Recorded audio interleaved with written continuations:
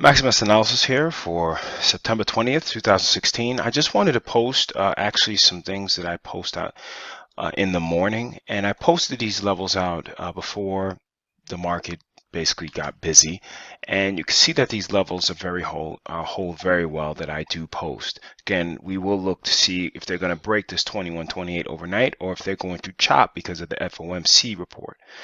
I am looking at other stuff underlining that I highlighted in the newsletter to you guys so that you can see the bigger picture of what's going on. Again, if you don't have the newsletter, please let me know. But again, we do have some stuff with that German bank really going to hell very quickly, and again also some weakness within the bond.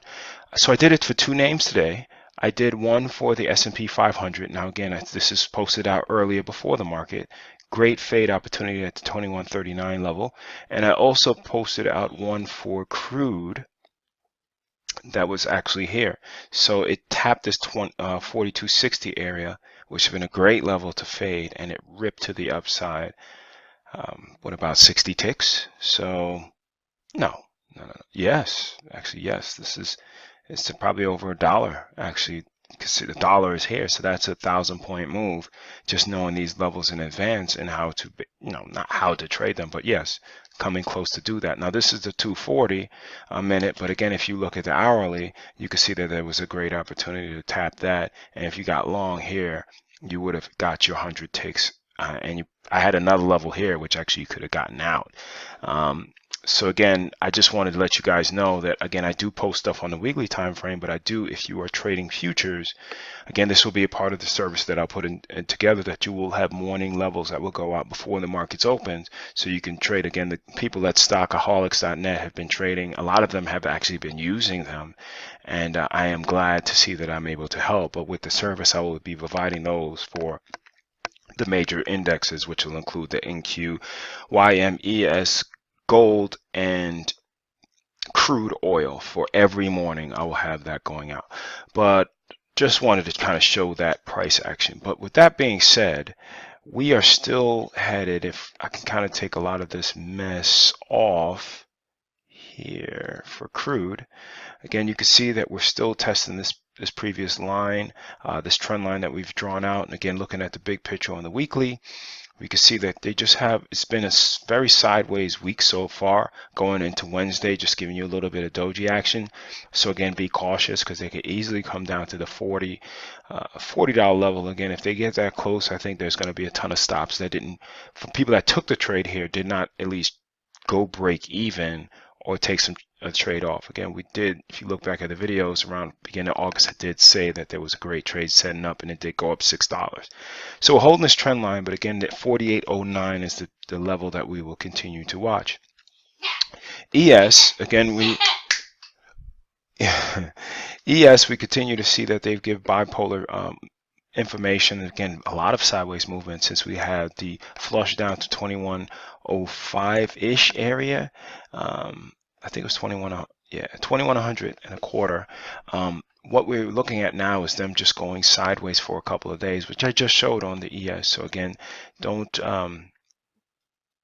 I think we have, again, more pullback to go. We got a lot of support that will come in this area, and that's just if you took a midpoint of all of this trash. So let me take all of this stuff off so you can kind of see what I'm talking about. Okay, so we'll see if that's a midpoint right here of this move. So you have the midpoint right there, 1981. That's where it came. Let's see what the midpoint is of this current swing. And that doesn't mean it stops there. We'll look to see what the price action does going there. No, let's use the previous, that swing up from Brexit. How about that? And I do have other levels that I use. Again, that puts us about 2080 area. Of course, that was the infamous area that we needed to see support at. So when we break that 2093 area, again, the 2050 area is what we'll look at, and then we have another one below that, again, on the newsletter that we're putting out every week for you guys, and hopefully you're enjoying the material that you're getting. If you have any comments or questions or need to get added to the distribution list, please leave a comment below, or you can email me at maximusanalysis@gmail.com. NQ bucking its head against this resistance as well. Again, if they see anything below this area or even get back to this area, you'll see a lot of stops get ran because a lot of people are just took that expecting some type of follow through, and not yet. So again, I'm looking for a retracement a little bit deeper than what is shown. The YM actually, again, tight trading range for today, and we'll see what happens when they break below this low of here. Again, if they have a continuation breaking below this low, it could mean some stuff. Shh.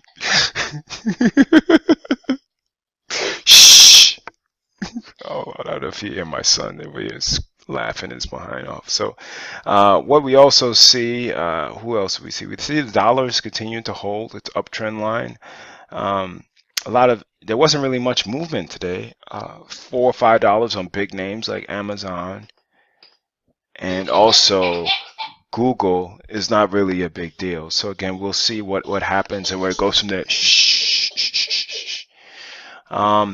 We see that Tesla, again, I think it's in pretty good shape, quite honestly. But again, we'll see if these levels hold, and you should be able to view why I'm saying that, because if you come here and see the last buy signal, you see we got right to that area that we've tapped a couple times. So this region,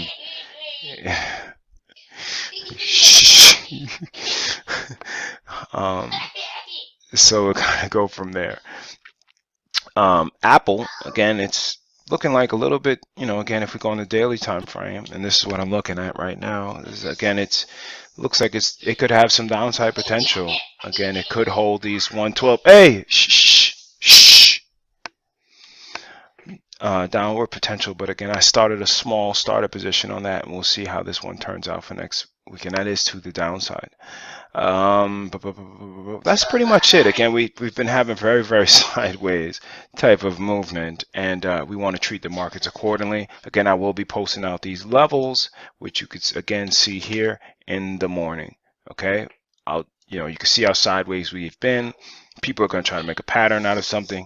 Again, I'm looking to see if they break below this 122, 120 area, below these lows, what's going to happen. Again, we'll see, because again, that German bank is having some problems. German bank is having some problems, which is Deutsche Bank. And again, if you want to see what I posted this week and last week, please let me know, and take care.